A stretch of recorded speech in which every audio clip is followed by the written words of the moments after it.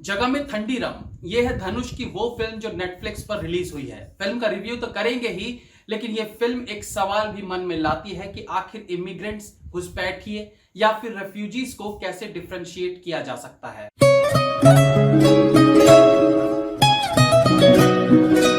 अपना शहर हर किसी को प्यारा होता है, और जैसा कि धनुष ने भी फिल्म में एक जगह ये बोला था कि मैं अपने शहर में था तो मैं भी नहीं चाहता था कि कोई बाहरी आकर हमारे शहर की खूबसूरती खराब करे या वहां पर काम करे।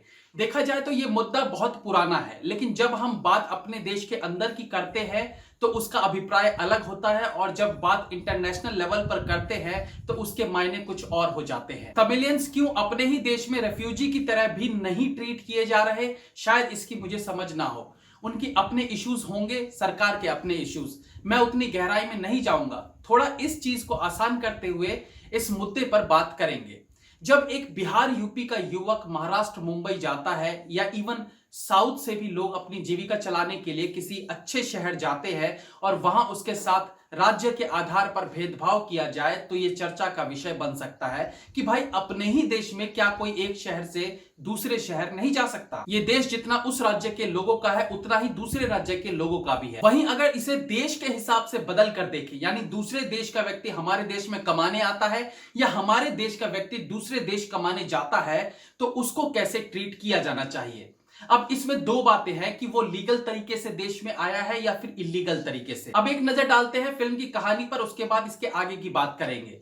तो धनुष यानी सुरुली तमिलनाडु का एक गैंगस्टर है, साथ ही साथ दिखाने के लिए वो एक छोटा सा ढाबा भी चलाता है। लेकिन तभी उसे लंदन से एक ऑफर आता है जहां एक बड़ा गैंगस्टर पीटर उसे अपनी गैंग में हायर करता है, और अच्छे खासे पैसे मिलने की वजह से वो हां कर देता है। लंदन में पीटर के गैंग के अगेंस्ट रहता है एक तमिलियन गैंग जिसका बॉस था शिवादोस। सुरुली अपने काम को बड़ी ईमानदारी से निभाता है और धोखे से शिवादोस को मार डालता है। लेकिन आगे फिल्म में ट्विस्ट आता है और गर्लफ्रेंड के चक्कर में, औरत का चक्कर बाबू भैया, औरत का चक्कर, वो एक ऐसा डिसीजन लेता है जिसके लिए उसे अपने कई लोगों को गंवाना पड़ जाता है। अब फिल्म में शिवादोस, जिसे शुरू से एक गैंगस्टर दिखाया जा रहा था, उसका एकदम बदला हुआ कैरेक्टर सामने आता है, जहां वो अपने तमिलियंस लोगों के लिए फरिश्ता दिखाया जाता है। इलीगल तौर पर काम कर रहे लोगों को वो लंदन में मदद करता है।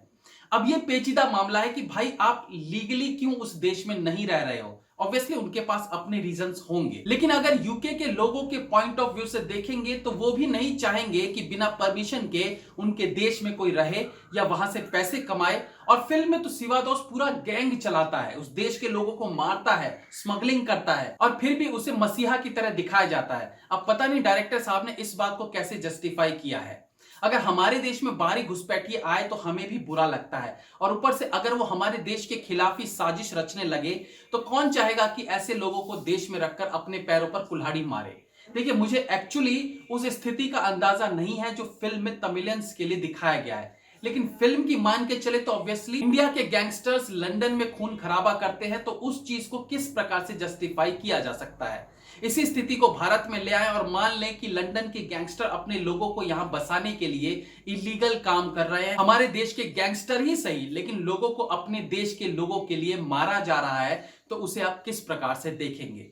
ये मेरा पॉइंट ऑफ व्यू है फिल्म को देखते हुए। बाकी आई एम नॉट श्योर कि तमिलियंस की क्या मजबूरी रही है या रही होंगी अगर ऐसा सचमुच में होता है तो।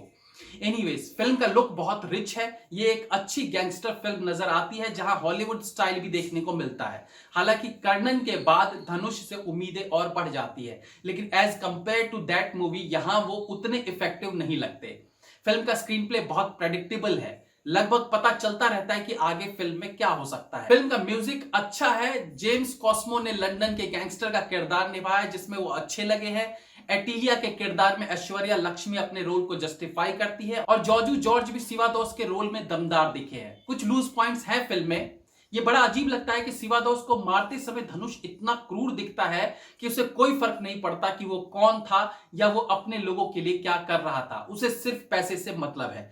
लेकिन फिर इतना क्रूर इंसान सिर्फ एक लड़की के थप्पड़ से बदल गया। फिल्म का प्लॉट कोई नया नहीं है, ऐसे प्लॉट पर टिपिकल बॉलीवुड फिल्में बन चुकी हैं। अनिल कपूर की कसम फिल्म या इवन प्रकाश झा की चक्रव्यूह और भी बहुत सी फिल्में हैं। बेसिकली इन फिल्मों में भी हीरो जिस गैंग को खत्म करने के लिए जाता है, फाइनली उन्हीं के साथ मिलकर उनका साथ देने लगता है।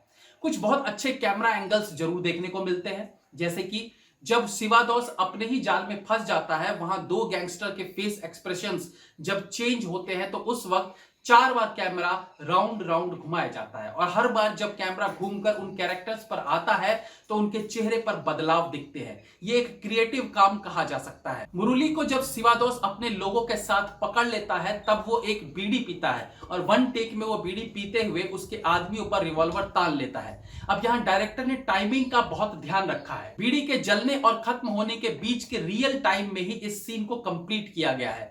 सिगरेट्स पीने वाले सीन में अक्सर ये टाइमिंग गड़बड़ दिखती है। फॉर एग्जाम्पल, एक कैरेक्टर ने सिगरेट जला ली, उसी बीच चाय भी बनकर आ जाती है और उसकी सिगरेट आधी भी खत्म नहीं हुई होती, जबकि चाय बनने में 10 मिनट लगे होंगे।